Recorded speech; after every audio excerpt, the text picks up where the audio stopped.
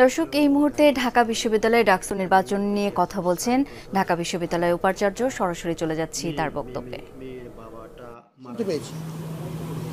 আমাদের নিজেদের মধ্যে আলাপ হয়েছে। আমি পুলিশের কমিশনার মহোদয় এবং স্বরাষ্ট্র উপদেষ্টা মহোদয় দুজনের সাথে আমরা কথা বলেছি। এটা একটা বড় কনসার্ন, কারণ এখন আমরা একটা শান্তিপূর্ণ অবস্থায় শেষের দিকে এসেছি। আমরা সবাইকে মিলে এই কাজটি করতে চাই। সাংবাদিকদের অনুপ্রবেশ সহ অবাধ যতদূর সম্ভব চেষ্টা করছি সবাইকে নিয়ে এটা করতে। এই সময়ে বাইরের কোনো একটা উত্তেজনা বা উস্কানি আমাদের জন্য অত্যন্ত বিপজ্জনক। আমি ধন্যবাদ জানাই যে এই সংবাদটি আপনাদের তরফ থেকেও রিকনফার্ম করা হয়েছে।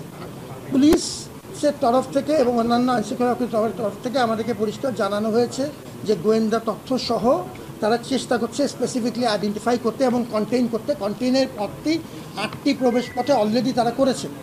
এখন আপনাদের এই তথ্যটা আমি নিশ্চিত জানি, হয়তো তারা অলরেডি জানেন, এটাও আমরা জানাবো। আমরা আমাদের তরফ থেকে চেষ্টা করছি সবার সাথে। এই জন্যই আমি ইনফ্যাক্ট এই মিটিংটা করছিলাম, যে আমাদের সম্মানিত সহকর্মী যারা আমার প্রতিদিনের সাথী তাদেরকে নিয়ে বসছিলাম এই নেক্সট স্ট্র্যাটেজিটা কী হওয়া উচিত আমাদের সেটি নিয়ে আলাপ করার জন্য। That was the one of the major reason for being here. সুতরাং এই তথ্যের জন্য আমি ধন্যবাদ জানাচ্ছি। আমাদের তরফ থেকে আমরা কনসিস্টেন্টলি কাজ করছি। আমি পুলিশের সাথে গত 4:20-25 মিনিট থেকে এখন পর্যন্ত আমরা ন্যূনতম 3বার কথা বলেছি, ইনক্লুডিং আমাদের মাননীয় স্বরাষ্ট্র উপদেষ্টা। আমরা আমাদের তরফ থেকে পূর্ণ সচেতন আছি এবং আমি খুব বিনীতভাবে আমার প্রত্যেক অংশীজনের সহযোগিতা চাই। বিশেষ করে ছাত্রদল একটি গুরুত্বপূর্ণ বড় আমাদের ছাত্র সংগঠন, তাদের সহযোগিতা চাই। বাংলাদেশের সবচেয়ে সেনসিটিভ একটা নির্বাচনে আপনি গত সকাল থেকে সারা দেশের জামাত শিবিরের নেতাকর্মীদের এখানে জড়ো করছেন। এখানে আপনাদের সাথে গোয়েন্দাদের একটি সমন্বয়ের মাধ্যমে ইলেকশনটা পরিচালিত হওয়ার কথা। কোনো গোয়েন্দা তথ্য আপনাদের কাছে ছিল না, আপনি এখন উদ্যোগ নেওয়ার বা এখন ইনফরমেশন পেয়েছেন বলে যেটা বলতেছেন, তো এটা কোনোভাবেই মানার মতো না।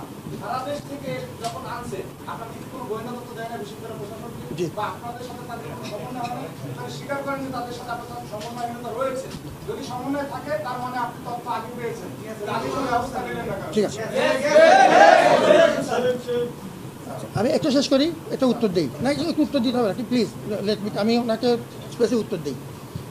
প্রথম কথা হচ্ছে, আমি গোয়েন্দা তথ্য শুধু আজকে না, ঢাকা বিশ্ববিদ্যালয়ের প্রশাসনের সাথে পুলিশ প্রশাসনের নিয়মিত যোগাযোগ আছে। গোয়েন্দা তথ্য আমরা অবশ্যই পাই। আমি যে কথাটি বলেছি, let me repeat and please hear me out clearly.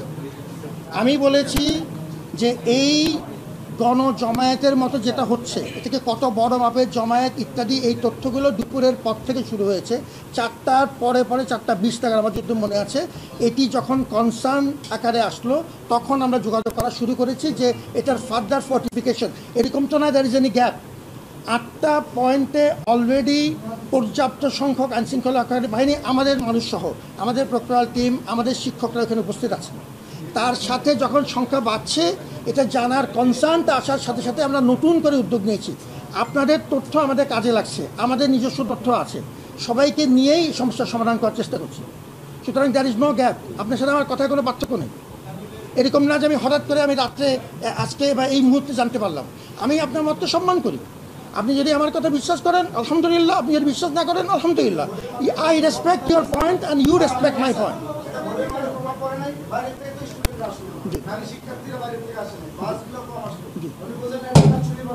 জি, আপনি চুপচাপ বসে যান, চুপচাপ বসে যান।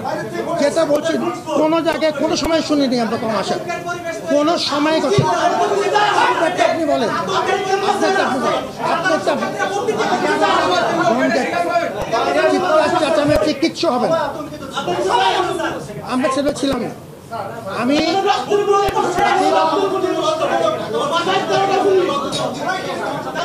আমার সাথে চিৎকার চেঁচামেচি করে লাভ নাই বা I'm not that type. আমার সাথে চিৎকার চেঁচামেচি, get into a civil dialogue.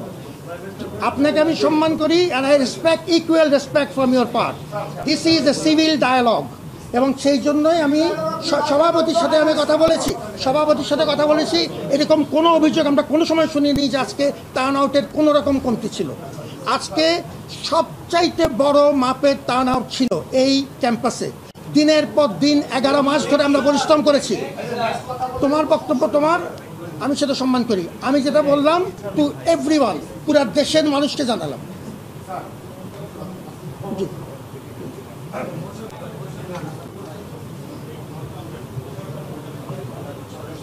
আমি ধন্যবাদ জানাই রাকিবকে, এখনো ধন্যবাদ জানাই।